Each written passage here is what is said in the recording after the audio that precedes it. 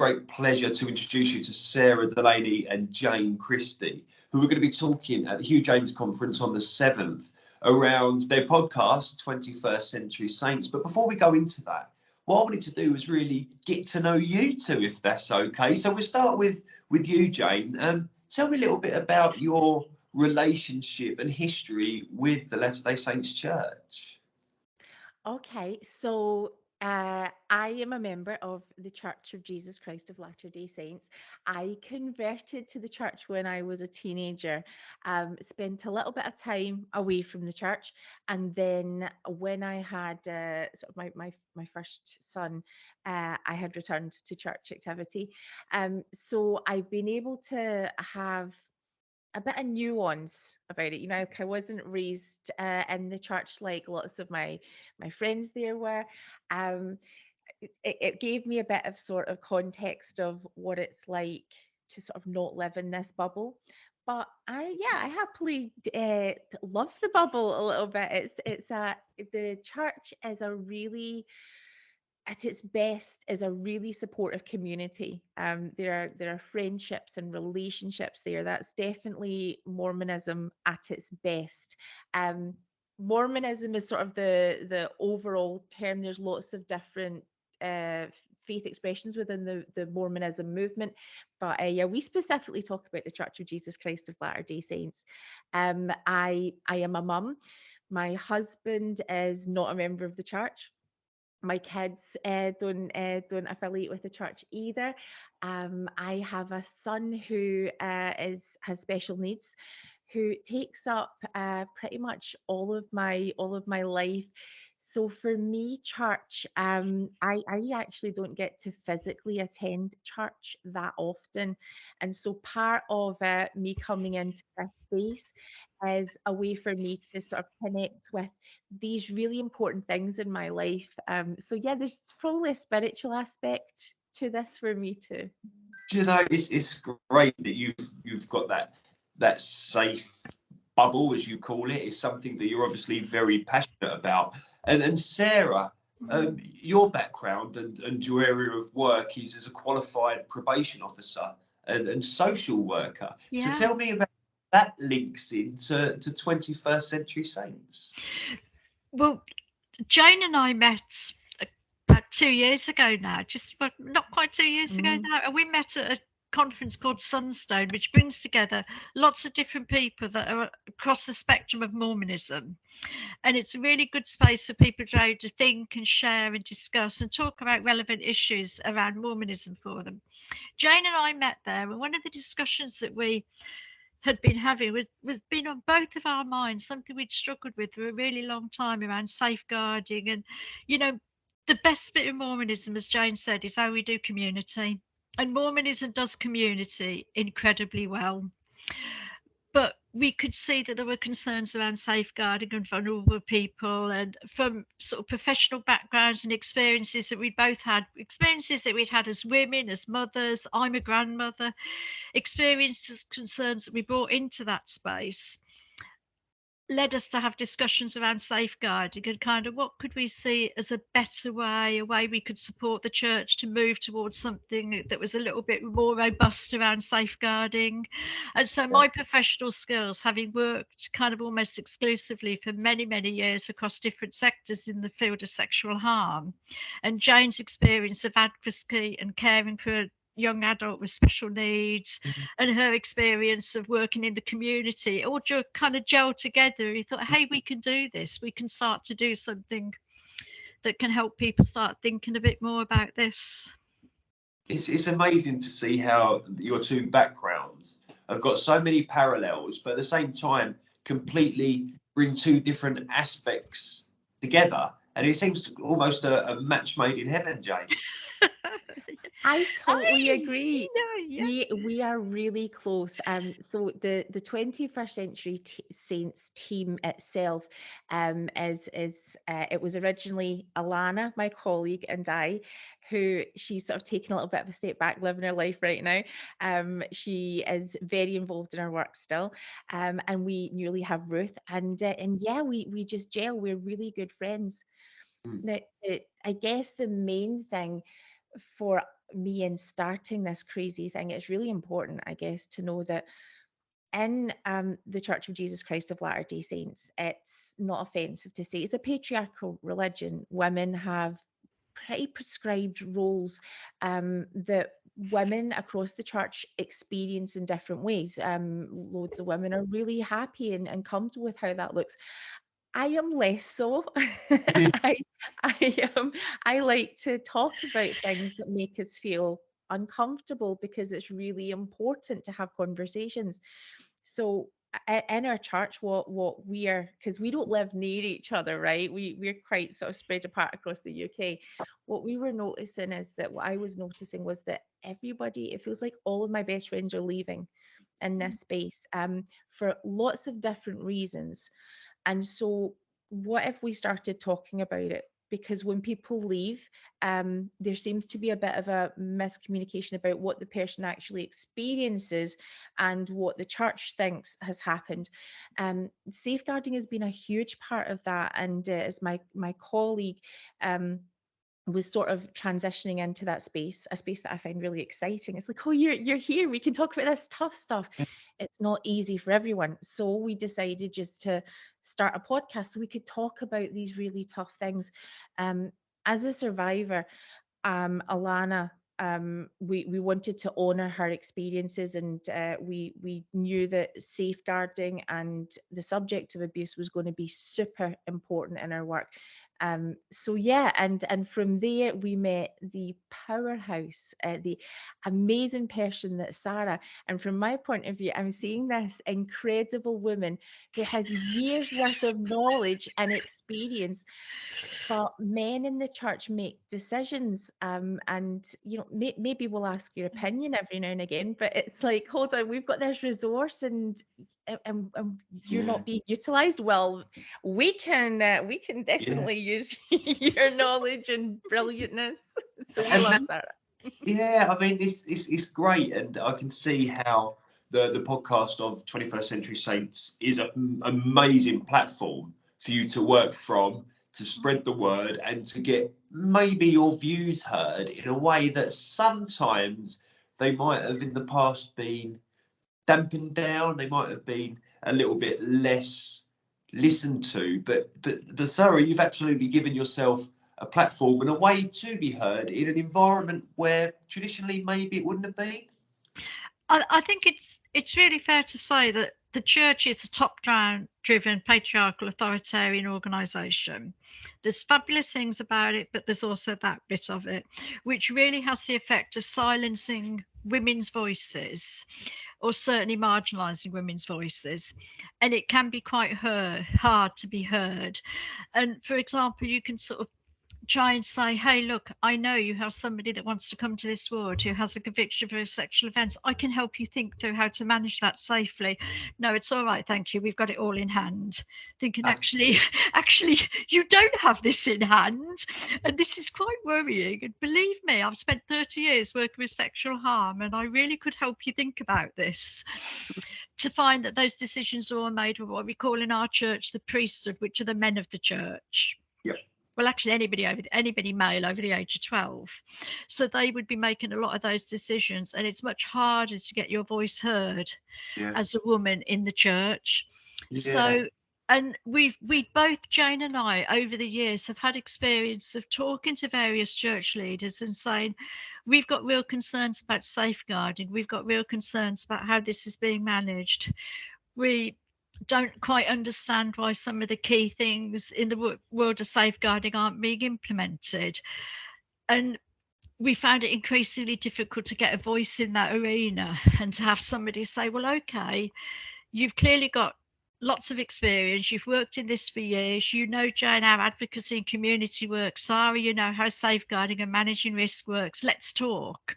Yeah. And we found that wasn't happening. So we decided that the way forward was to kind of have some really good discussions on a podcast setting so that we could start to get the word out there. And then from getting the word out there, we found people were starting to approach us and talking about their experiences, and leaders were coming to us and asking us questions and advice, but very sort of covertly because they didn't want to be seen to be doing it. And how that been taken by maybe some of the men of the church? I mean, it's fair to say, and I'm not just talking in one area here, that historically, maybe in a lot of faith groups, abuse and issues around sexual abuse in particular has maybe been swept quietly aside. And now you're coming out full throttle, telling the whole world about some of the maybe cracks and problems in what is overall a very nice and enjoyable community. Otherwise, you wouldn't be part of it. But it doesn't mean it's perfect. Absolutely. And now coming forward and talking about some of those imperfections can't always be something that the men of the church are happy with. And people in general, you want to go to church and feel uplifted. Not everyone is like me and wants to go to church and feel challenged and like think about things that make us feel uncomfortable. One of the most common questions we get asked is, because we're a church who sort of implements church discipline, is, are you going to get excommunicated for this? So, it's something that people really think about. I think it's important to remember, that for our audience, the podcast isn't actually so much about our agenda. It's very rare that I tend to, Sarah, to share our opinions about what we think about something, because we're so busy interviewing or talking about, sort of an overall situation. We bring in lots of different opinions. So this is about sharing people's lived experience. And of course, we're not just talking about safeguarding all the time. We have lots of conversations about things that are happening in church. So we try to provide balance. We work with other UK podcasters who are, have different opinions about church. Some are, really quite sort of, I suppose, antagonistic. Some are, one has been excommunicated and still attends. And we all talk and we communicate. Yeah. So we have these different perspectives, but it is definitely challenging. And we sort of find ourselves constantly wanting to make sure that our church leaders know that we love them, that this is coming from a place of support, that we are seeking to improve and do better. There are church policies. It's not like this stuff hasn't ever been thought about, but what we have sort of been doing is highlighting the lived experience, which is showing all of the problems that we are seeing. I mean, it's so brave. Yeah, I think it's really clear. The church absolutely speak very clearly and say that they do not tolerate abuse, that abuse is absolutely diametrically opposed to living the gospel of Jesus Christ, and that abuse will not be tolerated in any form. And we church leaders speak that. We know that our church leaders hold that position, but we also know that that doesn't always translate into policies and procedures that are robust and strong enough.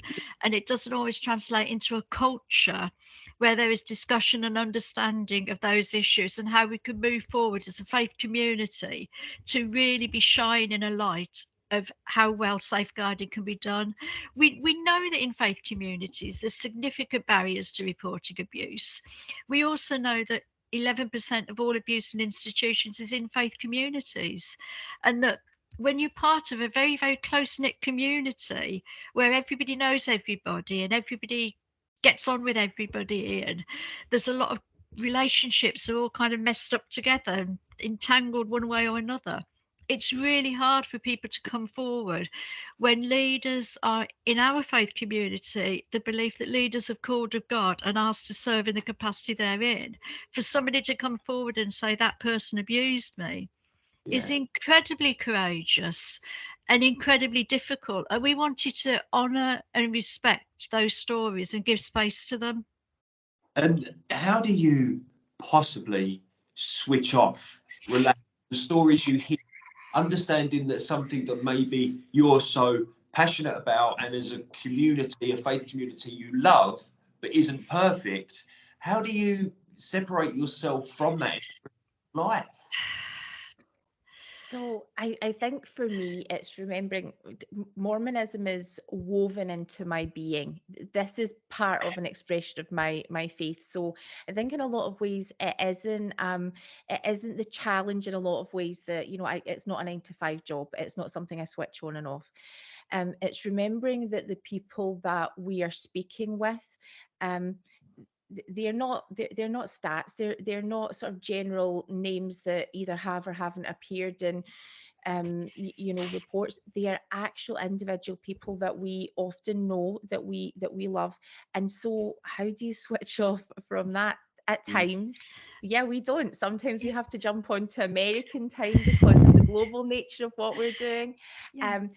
The wonderful thing about having a team, and this has been super important, is that we constantly challenge each other, both within 21st Century Saints and with the broader group of podcasters who are affectionately dubbed the Brit Vengers. We just love them. So we are looking after, sort of looking out for each other spiritually. If someone in the group seems, tired or definitely needs to take a break, we're making that really clear. We're looking at our approaches constantly, because we, obviously there's times when this week has been crazy for us. It's not always going to look like that. So it's making sure that we're dealing with our resources properly and remembering that this is a spiritual work.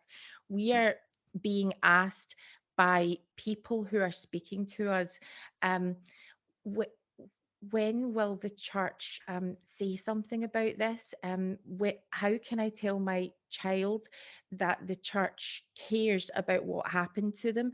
They're expressing that their family felt that they had to choose between them and the church, and their families are choosing the church.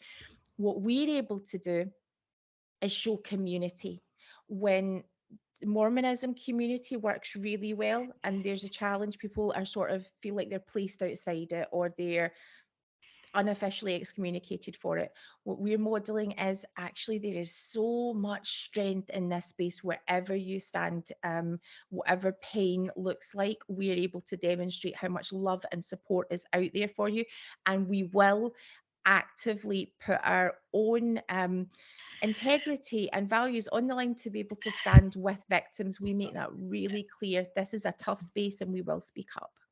And I think, Steve, one of the things that I think Jane and I try to do, we want to work with our church leaders because we know that's the best way forward for our voice to be heard, and some of the skills and knowledge that we believe we have to offer. We believe that's the best way for it to be heard, is for us to try and work collaboratively with our leaders and offer our full support. We also know that that doesn't come without us having to disagree and challenge and say, actually, no, that is completely wrong and an unacceptable position. And we actually challenge everything that you are saying about that. Wow. So there are times that we have to hold that line. And we navigate a space where we want to be supportive and caring, with victims at the absolute forefront, and a safer, healthier community for everybody. But we also know that at times our integrity and our commitment to that safe space means that we sometimes have to be the lone voice in the wilderness and stand up and say, I'm sorry, but no, this is not okay. And how do we manage that? Well, we manage that by drawing on the fact that we truly believe what we're doing is inspired by God, and that we are that God is working in us to help us navigate that space. And we believe that, and we hold to that. We very often find ourselves having conversations at 2 or 3 in the morning about just why we can't sleep, because so much is going around in our brains about what's been happening all week. And then we scold each other and tell each other to go to bed. To go to bed. I think the love and the friendship that we have for one another is a huge strength to each of us, and we get phenomenal support from many people that are members of the church that will message us and say, I loved what you said in your podcast, and give examples, or they message us and say, I really appreciated that social media post, or thank you for speaking to my bishop and my stake president about this issue. And we get huge amounts of support from people. One thing that saddens us sometimes is that a lot of the people offering that support don't feel able to do so publicly. We understand that, and we constantly say, if it doesn't feel safe, then don't. But it's great to know that people are there supporting us. I completely buy into everything that you're saying. I love the balance that you try and show, with not pulling faith apart, but being honest about it, not being perfect. You give a platform for people to speak openly and honestly in a safe environment. And I think that what you do, the way that you work it and your podcast is exceptional. I'm really looking forward to hearing more about this on the 7th of March at the Hugh James Conference. But for now, Jane and Sarah, thank you for the time, and I will speak to you again soon.